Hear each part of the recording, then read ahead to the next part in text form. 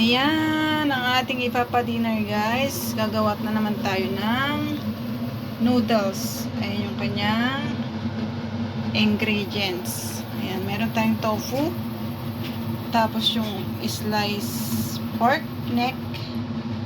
And then, ito yung, hindi ko alam kung anong noodles ito. Pinili ni Sir. Tapos yan, meron tayong Chinese cabbage, meron tayong corn, lotus root, and then carrots. Ayan. Tapos magbo-boil tayo ng chicken para sa soup. Ayan. Ayan. Diba? Ibibake ko to, ibibake.